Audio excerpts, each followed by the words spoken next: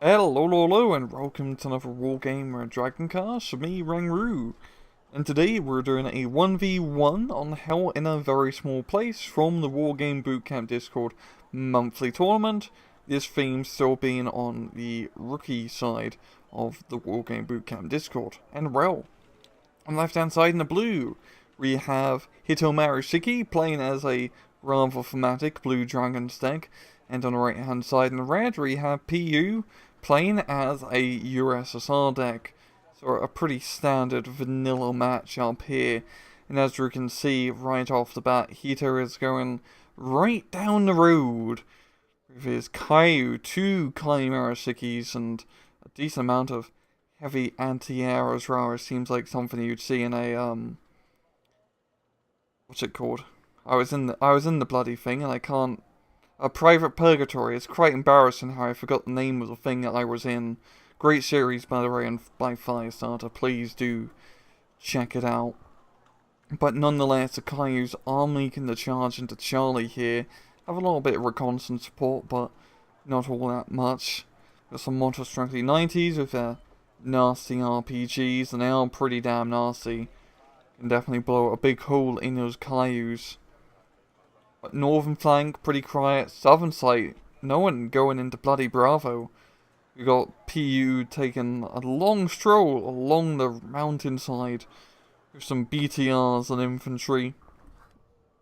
There we go, the Kyus are engaged in close range against some BTR 90s and VDVs, taking some rather close rocket fire.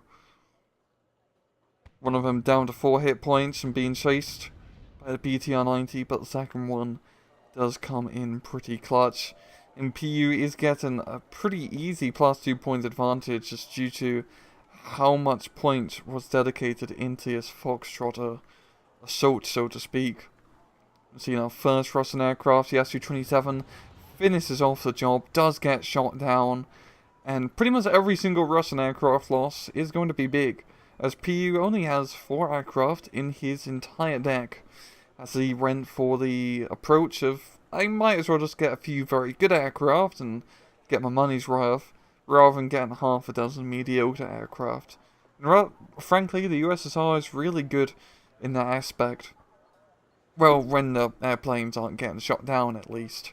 But when you have 2 Eyehawks and 2 gun tanks and a forest, there's not a whole lot that will survive.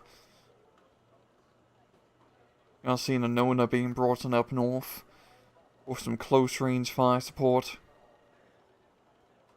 And I really, I'm quite surprised that Hito has gone so light in terms of infantry, really just using only reconnaissance troops to do any frontline fighting. Like, not a single other infantry unit. He must be a bit scared of him, but there we go, we're finally seeing some frontline troops. In a very unorthodox place. Once again, this is from the rookie tournament, so I don't want to be too harsh here on Hito, even though he really should be getting the Echo CV, because he's a bleeding points out of some sort of orifice. I'll let you imagine which orifice that would be. But he does have at least pretty good map presence on Foxtrot.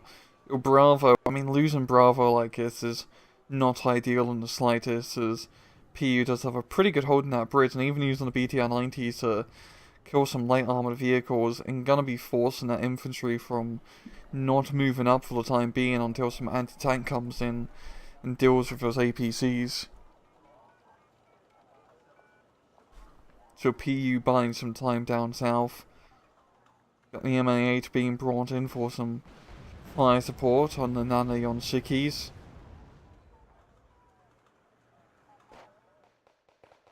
And PU also just moving up north through the flank here with his Spetsnaz crew. And yeah, PU really just playing heavy north and down south and just setting up a decent defense in the middle and pretty much shutting down that entire Kyu push with just a bit of infantry. And really that Kyu push was it was a little bit silly moving them into the forest, yeah, with no infantry support.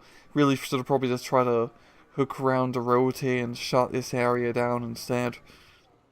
We are seeing a cooler being brought in as well. Or some anti-tank play.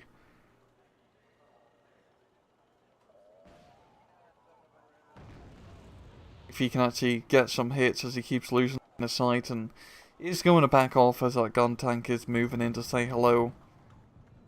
BT-80 trying to ambush the reinforcements. Does get one transport. Spetsnaz Gru going to be sniping the unloaded infantry. But the Hachi Kaiyus are here. And oh, I forgot, he's a pretty nice transport vehicle. It's kind of like a Japanese Bradley. With a rather nasty, large cannon.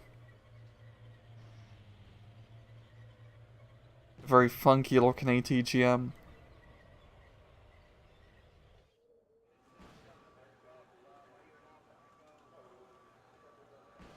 This would be a really good spot here for PU to get some ATGM infantry. Oh, he doesn't have any in his deck, or a helicopter, tank, something to try and snipe his reinforcements road and just slow down enemy reinforcements.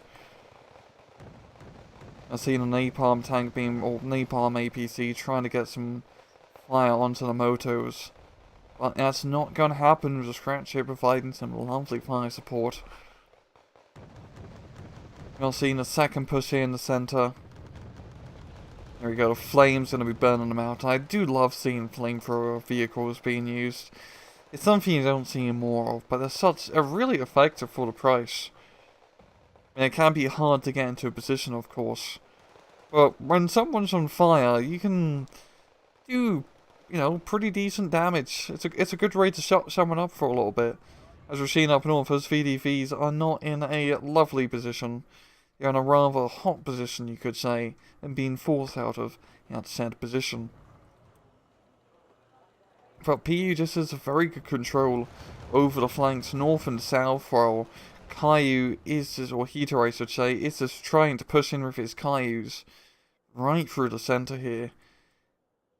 And PU only really has these VDVs to hold, but because these vehicles are just getting so close, he's going to get some easy RPG shots, and of course, VDV-90s are some rather nasty RPGs. At the same time, Hito has some rather nasty fire support vehicles.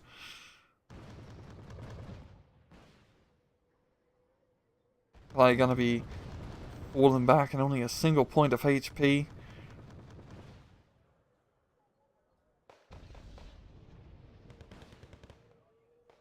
Now the infantry is just going to be enough to hold on to the point.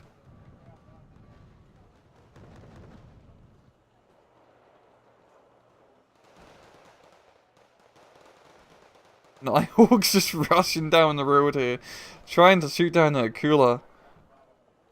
Also shooting down this helicopter, which I believe was a Mi-8. Peace Pheasant coming in, trying to go for CV sniper, I believe, for the K-50 Akula.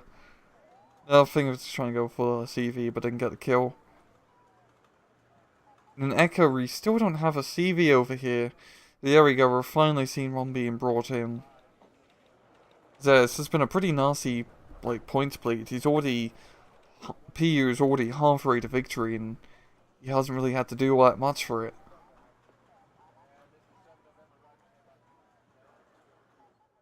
The VDVs in the southern Charlie position do get forced back by the recoilless rifle teams. Some tanks are getting in pretty close, and both are synchronizedly shot down at the same time. I don't think synchronizedly is a real word, but I don't speak the English language half the time, so we're just going to have to make do. I just noticed PU doesn't have an FOB, but he does have a flying FOB at least, with his Mi-26. Which honestly isn't a terrible for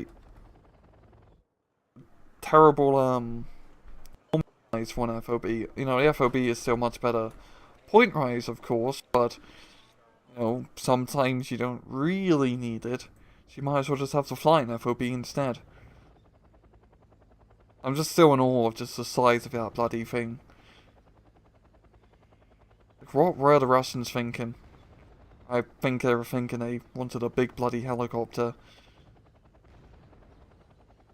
It will land.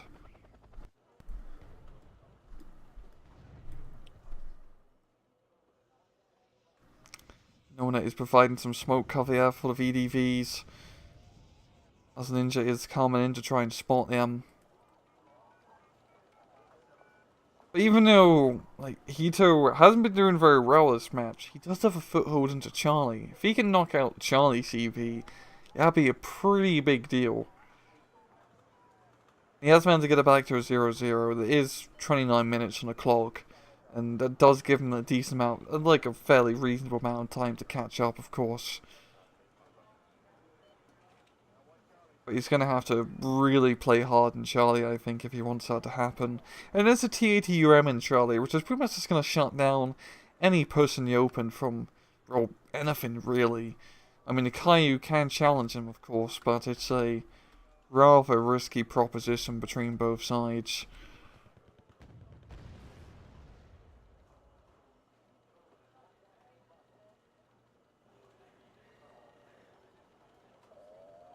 This is a very weird deployment overall. I mean, PU essentially has this southern, or central position, I should say, just surrounded. It doesn't have really much forces along the flanks to really do too much about it.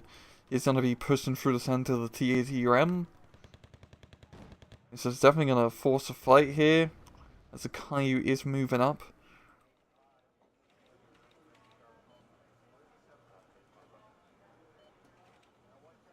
In order to go on directly,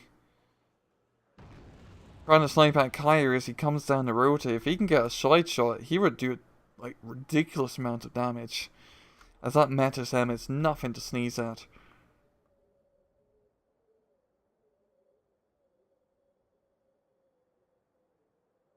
Heck, even though he could probably get a rear shot now. That'd pretty much be an instant kill. Oh, but he knows that there's something in Echo going to be backing off the CV. You need to get some reconnaissance up here, preferably at Ninja and Cobra, to scout out the sneaky mountain troops. The Kyu's going to get ambushed by T-62, however, but he's going to be able to easily deal with that rather outdated piece of Soviet equipment. VDV's trying to make it across the open. They're going to get... Well, I guess the VDV are going to be fine, actually. The Haibyungs are rather low in manpower. And this is just so crazy to see a match that's been developing for this period of time. And the Blue Dragons player is barely, like, using infantry. Seems like he's allergic to it. I mean, recon infantry must be like being on, like, a Presbyterian diet where fish is okay. But just very bizarre. Very, very bizarre play at all.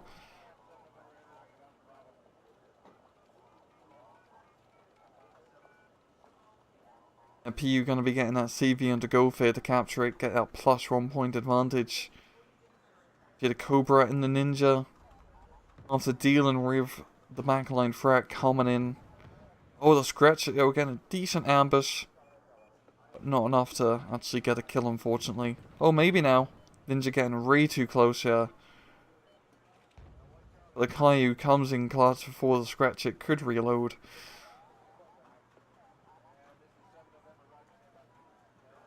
The Kula and MI8 is back on the field. Ready to do some damage. We're going to see that CV being plopped down into Golf, getting that lovely +1.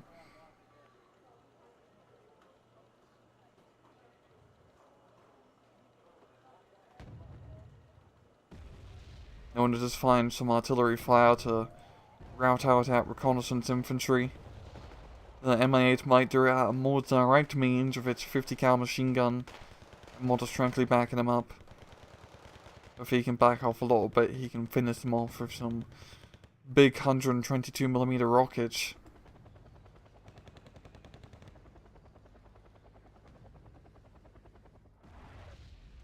Well, they are going to retreat, and there we go. CV on go for +1. Yeah, PU's doing really well for himself.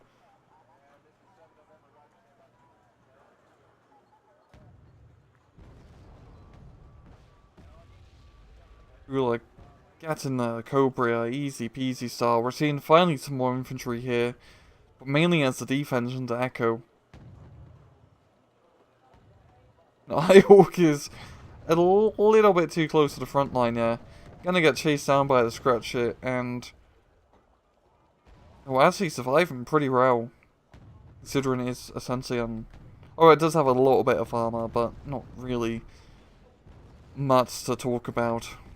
Kyu does finish it off, however.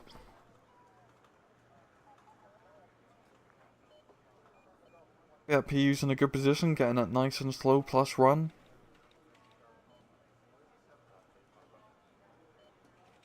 On the KA-29 trying to go for the CV snipe here. Or FOB snipe in this case. Heck, that'd actually be a good kill.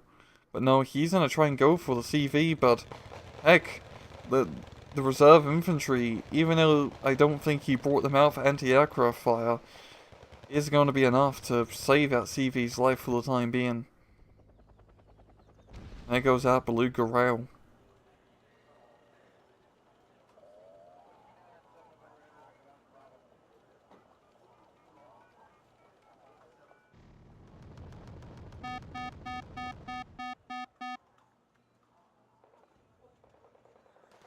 Well, strangely getting forced back a little bit here, but I mean, PU just that plus one. He pretty much has map dominance up north and down south. I mean, you haven't seen anything down south here to try and contest Bravo. As Hito is content in just trying to break through in the center here, but the infantry position will not be enough. Or will be enough, I mean, to actually defend against Hito's armored pushes. And this one Kyu's just been back and forth. He's a little bit like a headless chicken, trying to find a place for him to actually do anything meaningful. But that's just not happening. Now he's moving up by himself, unsupported. A bit risky. Gonna run into a TATUM. So both sides gonna be backing off in the super heavy tank meta. You never really want your super heavy tanks to engage other super heavy tanks. That's way too risky.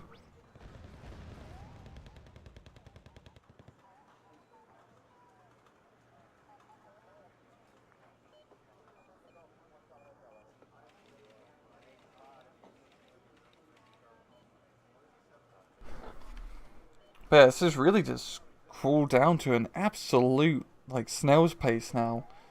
I mean, there's nothing in Foxtrot anymore.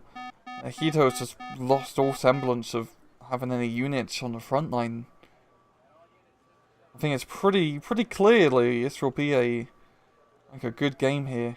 He's got more ninjas being brought in, some Nanion-Shiki Gs as well. Actually, Sniper Circular, not bad at all.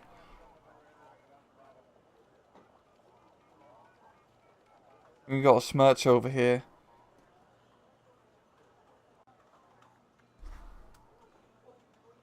Gonna be doing a cluster strike on the CV, it seems. Well, actually, no, it's just trying to hit that forest there. Does get killed. The CV does back off for the time being. What a weird match. I don't really have much insightful to say in terms of gameplay or strategy. I mean, Hito just tried a very crazy and ballsy maneuver through the center. Didn't work out well for him at all, and I mean, PU just anviled it and secured the flanks. Some very interesting engagements here.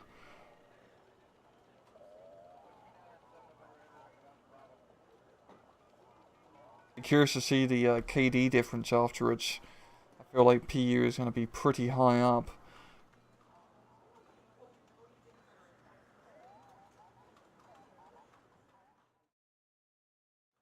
And there we go, and actually not too bad. Only 1,000 KD difference. I was expecting something a little bit worse, yeah, but PU pretty easily securing that victory. I mean, Hito Marashiki, I do love seeing those crazy, like, tank pushes, just A phase. That's a Steel Division term, you know, that opener rush, but no infantry support is really going to screw you, and just letting your opponent get a very easy plus 2 point advantage for 10 minutes is not going to do you any bloody favours in that regard. But yeah, of course, once again, this is from the rookie tournament, So I don't want to be too harsh on the players, of course. That was just really bloody weird, that match. I don't really know what else to say. I'm just going to let the replay speak for itself. And with that, I'm going to shut up and leave it at that. So this has been another Rangru cast. I hope you guys enjoyed it. And as usual, please just take it easy.